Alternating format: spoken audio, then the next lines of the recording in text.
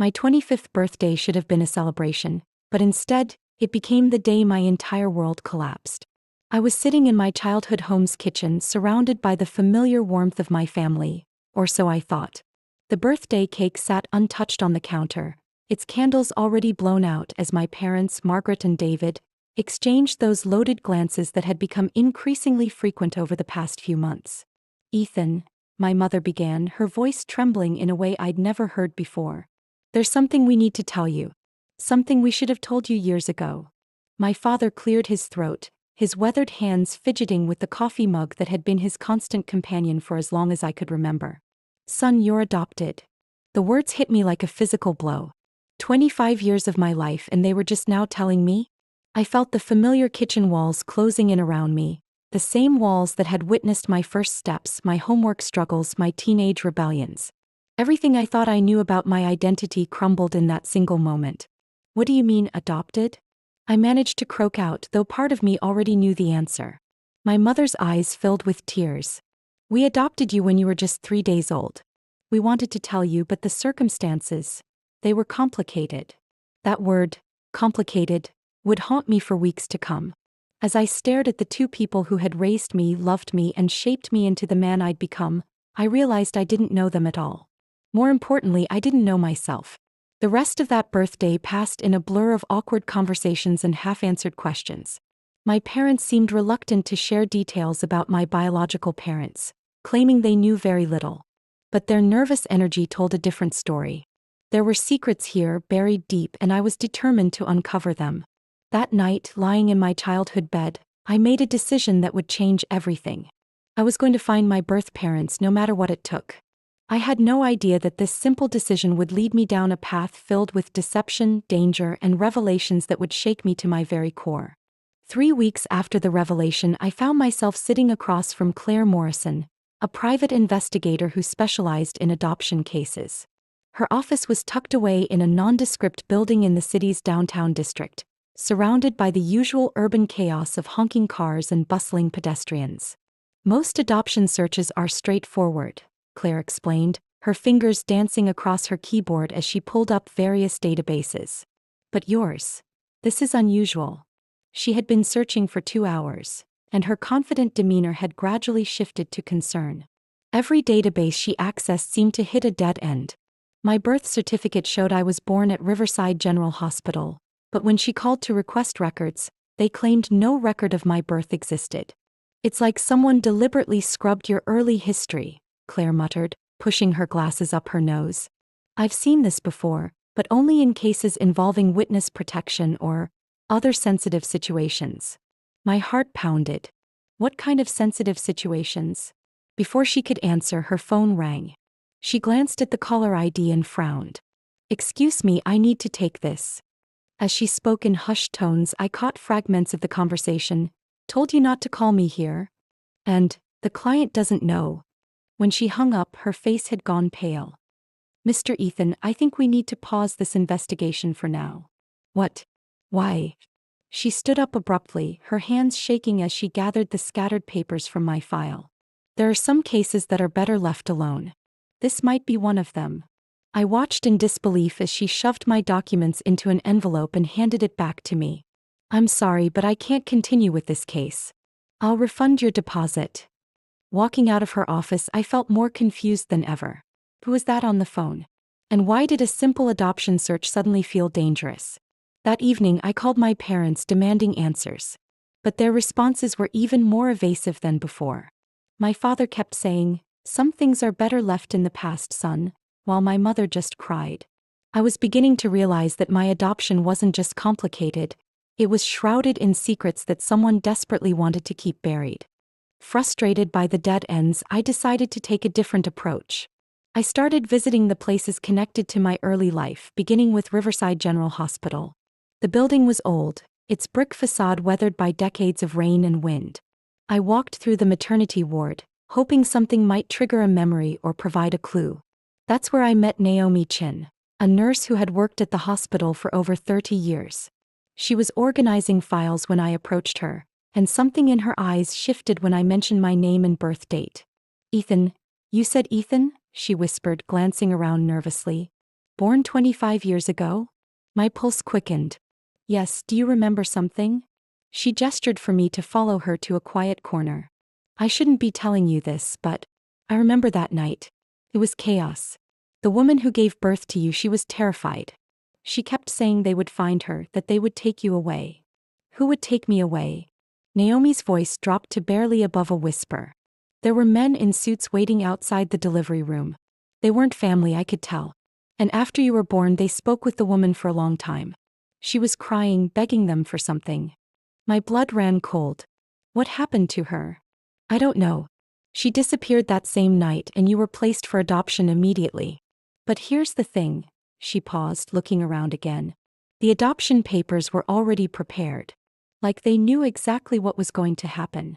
She reached into her pocket and pulled out a small piece of paper. I kept this all these years. I don't know why, but something told me it might be important someday. I unfolded the paper to find a phone number written in shaky handwriting, along with a single word, Ruby. She slipped this to me right before she left, Naomi explained. Said if anyone ever came looking for the baby, I should give them this. My hands trembled as I stared at the number. After 25 years, I finally had a real lead. But Naomi's next words chilled me to the bone. Be careful, Ethan. Those men, they weren't the kind of people you want to cross. And if they went through all this trouble to hide your birth, they won't be happy that you're looking for answers. I stared at the phone number for 3 days before working up the courage to call. When I finally did, the voice that answered was soft, older, and filled with a sadness that seemed to span decades. Hello, she said. Is this Ruby? I asked, my voice barely steady. There was a long pause. Who is this? My name is Ethan. I think you might know something about my birth mother. The silence stretched so long I thought she had hung up. Then I heard what sounded like a sob. Oh my God, she whispered. Grace's baby. You're Grace's baby. My heart hammered against my ribs. Grace? That's my mother's name. Can you meet me? Tonight? There's a coffee shop on Maple Street called The Grind. I'll be there at 8. The hours until 8 o'clock felt like an eternity. When I arrived at The Grind, I spotted her immediately. A woman in her 60s with silver hair and kind eyes that looked exactly like mine. She was sitting in a corner booth, clutching a cup of coffee with both hands.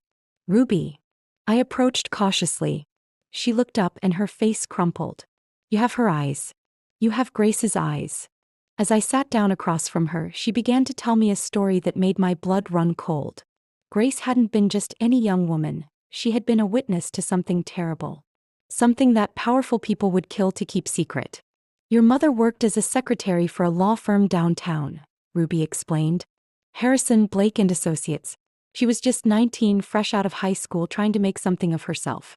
That's when she stumbled upon files she wasn't supposed to see. What kind of files?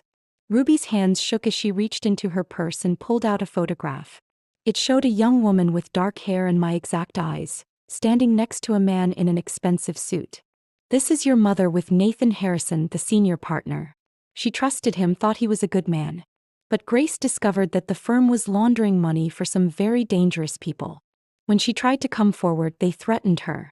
When she wouldn't back down, Ruby's voice broke. They told her they would kill her unless she disappeared. I felt the world spinning around me.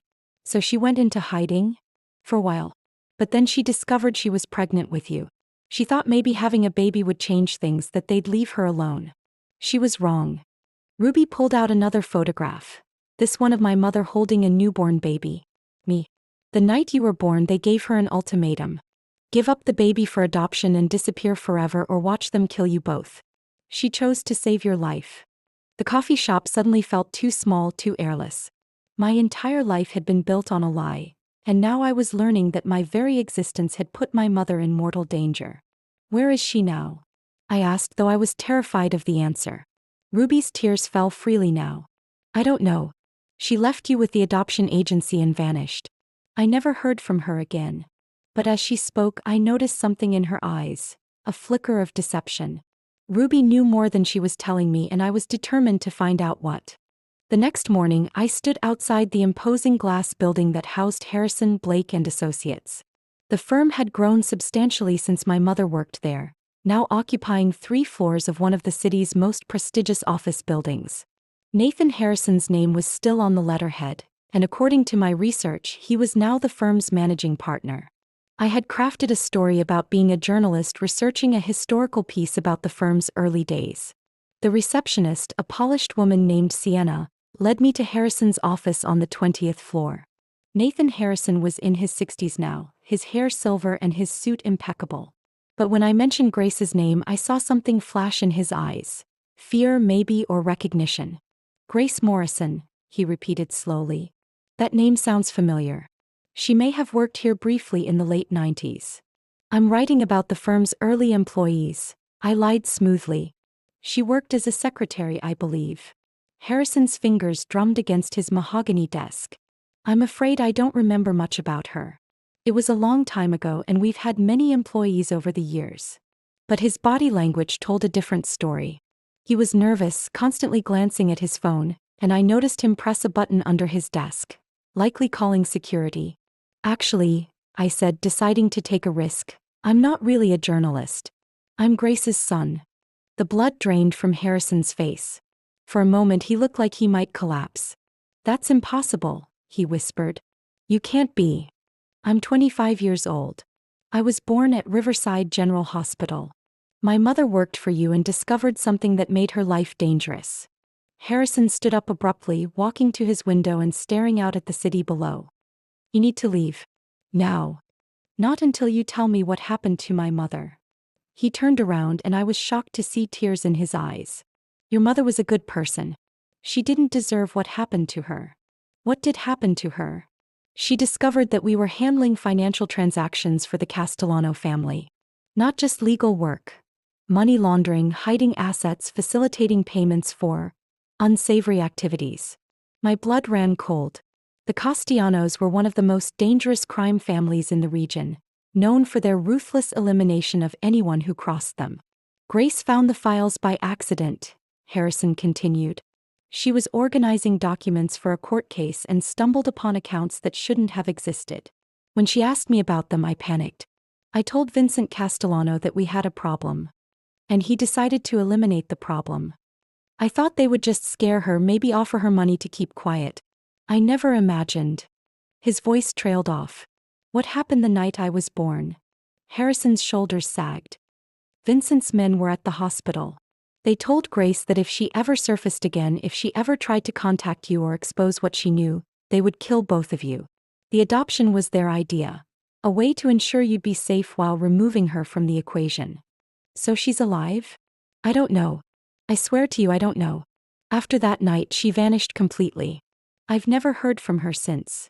As I left the building my mind raced. Vincent Castellano was still alive, still running his criminal empire. And if he discovered I was looking for my mother, both of our lives would be in danger. But I had come too far to turn back now. I was going to find Grace no matter what it cost me.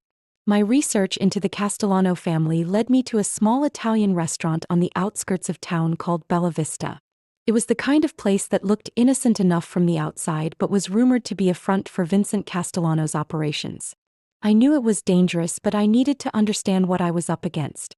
I sat at the bar, nursing a beer and listening to conversations around me. That's when I noticed her. A woman in her 30s with striking features and an aura of danger that seemed to follow her like a shadow. She was sitting alone in a corner booth, but every man in the restaurant kept glancing in her direction. You're not from around here, she said, suddenly appearing beside me at the bar. Just passing through, I replied, trying to sound casual. She studied me with intelligent dark eyes. I'm Maya. And you are? Ethan. Something flickered in her expression. Ethan. That's an interesting name. What brings you to Bella Vista? Before I could answer, a large man in an expensive suit approached us. Miss Castellano, your father is ready to see you. My blood turned to ice. Maya Castellano, Vincent's daughter. I had unknowingly walked into the lion's den. Actually, Maya said, her eyes never leaving mine, I think my father might be interested in meeting my new friend here. I wanted to run, but I was trapped. As Maya led me through the restaurant toward a private room in the back, I realized this might be my only chance to get answers about my mother. Vincent Castellano was smaller than I had imagined, but his presence filled the room. He was in his 70s now, his face weathered by decades of violence and corruption. When he looked at me, I felt like he could see straight through to my soul. "So," he said in a voice that was deceptively gentle, "you're Grace Morrison's boy." The fact that he knew who I was without being told confirmed my worst fears. They had been watching me probably since I started my investigation. "I'm looking for my mother," I said, trying to keep my voice steady. Vincent smiled, but there was no warmth in it. "Your mother made a choice 25 years ago. She chose your life over her own freedom. I suggest you honor that choice by walking away. I just want to know if she's alive."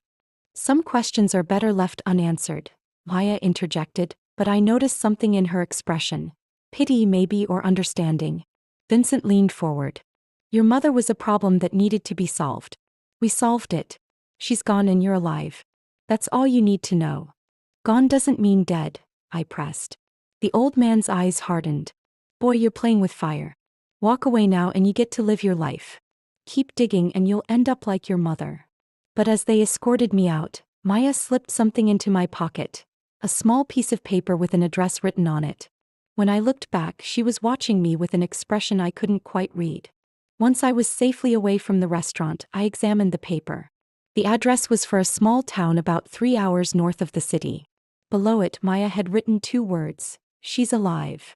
The address Maya had given me led to a tiny town called Millbrook, nestled in the mountains and surrounded by dense forests. It was the kind of place where everyone knew everyone, where strangers were noticed immediately, and where someone could disappear completely from the outside world. I found the house at the end of a gravel road, hidden behind a cluster of pine trees. It was small and modest, with a garden in the front and smoke curling from the chimney. For a moment, I sat in my car, paralyzed by the possibility that my mother might be just a few feet away. When I finally worked up the courage to knock, the door opened to reveal a woman in her mid-40s with graying hair and tired eyes. But those eyes, they were unmistakably mine. "Grace," I whispered. She stared at me for a long moment, and I watched as recognition dawned in her face. Her hand flew to her mouth and she began to cry. "Ethan. Oh my God, Ethan." We fell into each other's arms, and for the first time in my life, I felt complete. This was my mother, the woman who had given up everything to keep me safe. "You can't be here," she said through her tears. "It's not safe. They'll find you. I know about the Castellanos. I know what you witnessed." She pulled me inside, constantly glancing out the windows. The house was sparse but comfortable, clearly designed for someone who needed to be ready to run at a moment's notice. "I've been hiding here for 25 years, she explained. "Vincent's people check on me periodically, making sure I'm still here, still keeping quiet. But they told me if I ever tried to contact you." "Maya Castellano gave me your address." Grace's face went pale. "Vincent's daughter? Why would she help you?" "I don't know. But she seemed to want me to find you." As we talked, Grace filled in the missing pieces of my story. She told me about the fear she had lived with during her pregnancy, the impossible choice she had to make at the hospital, and the crushing loneliness of the past 25 years. "I used to drive to the city sometimes," she admitted. "I would sit outside your school watching you from a distance. I saw you graduate, saw you grow into a man. It was torture, but I couldn't stay away." Learning that my mother had been watching me all these years, that she had been so close yet unreachable, broke something inside me. But it also made me more determined than ever to find a way for us to be together. "We can't stay here," I said. "If Maya helped me find you, others might know where you are too." Grace nodded. "I've been preparing for this day for years. I have money saved, documents prepared. But Ethan, if we run together, there's no going back. Vincent will never stop hunting us. Then we need to find a way to stop him first." As we began planning our escape, neither of us noticed the black sedan that had been parked at the end of the road for the past hour, or the man inside it making a phone call. We had been planning for 3 days when Maya showed up at the house. I was shocked to see her, but Grace was terrified. "How did you find us?" Grace asked, her voice shaking. "I've known where you were for years," Maya replied. "My father has had people watching you, making sure you stayed hidden but alive." "Then why did you help Ethan find me?" Maya's face was conflicted.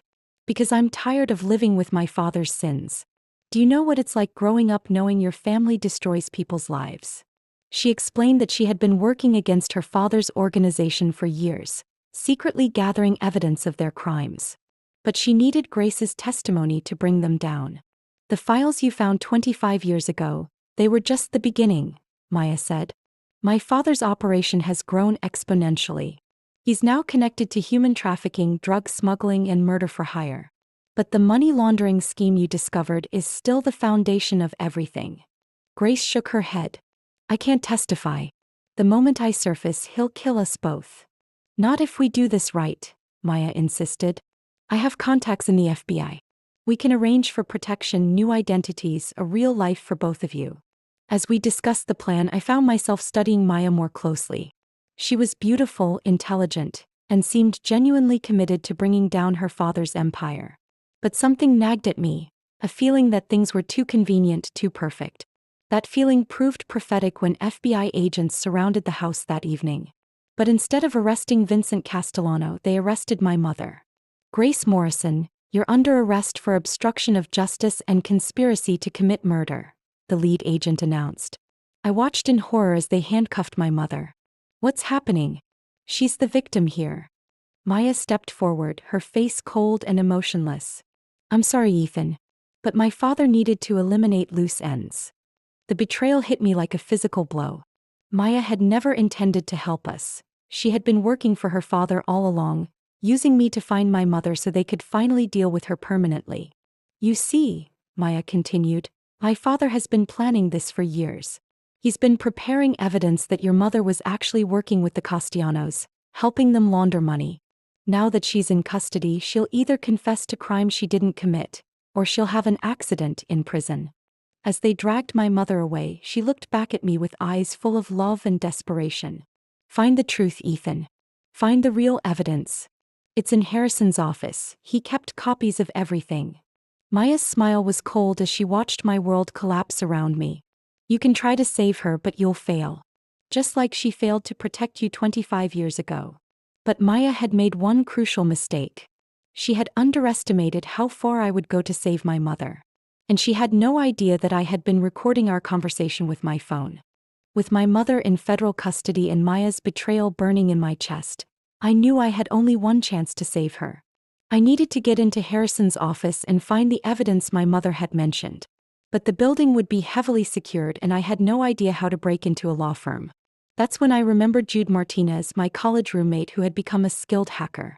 If anyone could help me access Harrison's files, it would be him. You want me to hack into a major law firm's security system? Jude asked when I called him. Ethan, that's federal crime territory. They framed my mother for crimes she didn't commit, I explained. She's going to die in prison unless I find evidence to prove her innocence. Jude was quiet for a long moment. But we do this my way and we only have one shot. We spent the next 24 hours planning. Jude would remotely access the building's security systems while I physically entered Harrison's office. The plan was risky, but it was our only option. At 2 a.m., I stood outside the Harrison Blake and Associates building, wearing dark clothes and carrying a small backpack of tools Jude had provided. My heart pounded as I waited for his signal. Okay, Jude's voice crackled through my earpiece. Security cameras are looped, and I've disabled the alarms on the 20th floor. You have exactly 30 minutes before the system resets. I made my way to the service elevator, using a security card Jude had cloned from one of the building's maintenance staff. The ride to the 20th floor felt like an eternity. Harrison's office was exactly as I remembered it. Mahogany desk, wall of legal books, and a portrait of him with various city officials. But now I was looking for something specific. A safe or hidden compartment where he might keep sensitive documents. I found it behind a painting of the city skyline. A small wall safe that looked original to the building. Jude had prepared for this too, providing me with an electronic lockpick that could crack most standard safes. 20 minutes later, the safe opened with a satisfying click. Inside, I found dozens of files, but one immediately caught my attention. Castellano Family Financial Records 1995 to 2000. The file contained everything my mother had seen and more.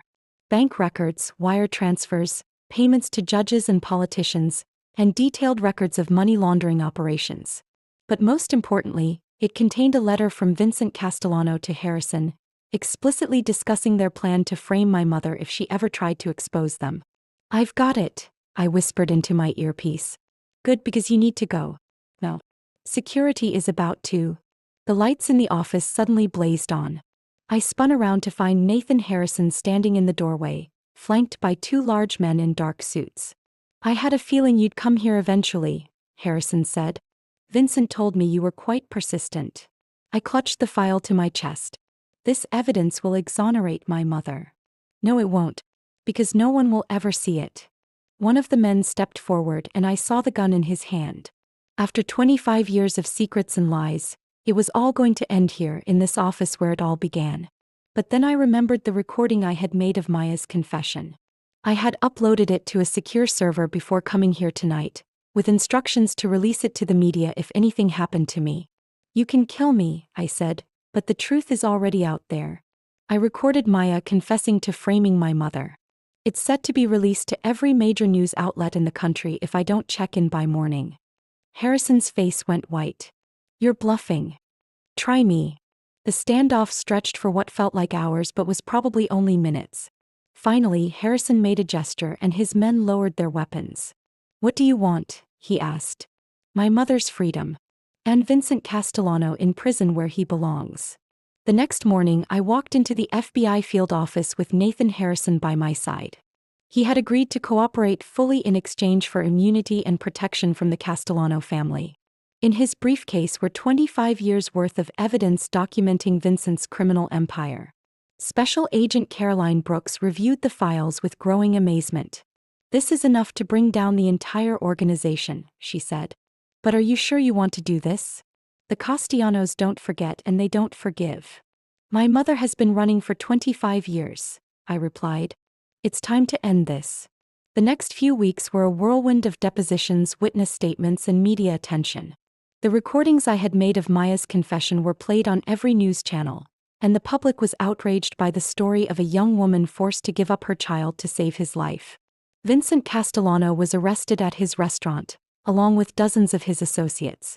Maya was charged with conspiracy and obstruction of justice, but her cooperation with the investigation earned her a reduced sentence. The most emotional moment came when my mother was released from federal custody. We met at the same coffee shop where I had first spoken with Ruby, and this time we could finally be together without fear. "I'm sorry," she said, tears streaming down her face. "I'm sorry you had to grow up without me." "You saved my life," I replied. "You sacrificed everything to keep me safe." Margaret and David, my adoptive parents, were waiting for us at the coffee shop. I had been angry with them for keeping the truth from me, but now I understood they had been trying to protect me too. "We always knew this day might come," Margaret said. "We just wanted you to have a normal childhood." For the first time in 25 years, I felt like I had a complete family. Not just my biological mother, but the people who had raised me and loved me unconditionally. 6 months later, I testified at Vincent Castellano's trial. Looking him in the eye, I told the jury about the fear my mother had lived with, the years of separation we had endured, and the trauma his organization had inflicted on innocent people. Vincent was sentenced to life in prison without the possibility of parole. As they led him away in handcuffs, he looked at me one last time. "You think this is over?" he said. "Family is forever." But I wasn't afraid anymore. The truth had set us free and no amount of threats could change that. Today my mother lives in a small house near the lake, finally able to use her real name and live without fear. She works as a teacher, something she always wanted to do but never had the chance. I visit her every weekend and we're slowly building the relationship we never had. The Castellano organization was dismantled, but organized crime didn't disappear. However, dozens of their victims found justice, and their operations were significantly disrupted. Maya served 3 years in prison and was released on parole last month. She sent me a letter apologizing for her betrayal and explaining that she had been torn between loyalty to her family and doing what was right. I haven't decided whether to forgive her, but I understand that she, like my mother, was trapped in an impossible situation. Harrison received immunity in exchange for his cooperation, but his career was destroyed. He now works as a public defender trying to atone for his past mistakes. As for me, I've learned that identity isn't just about where you come from, it's about the choices you make and the people you choose to protect. I was adopted, yes, but I was also loved by 2 families who sacrificed everything for my safety and happiness. The truth they told me at 25 did shock me, but it also set me free. Free to love my mother, free to forgive my parents, and free to build a life based on honesty rather than secrets. Sometimes the most important journeys aren't about finding where you came from, but about discovering who you're meant to become.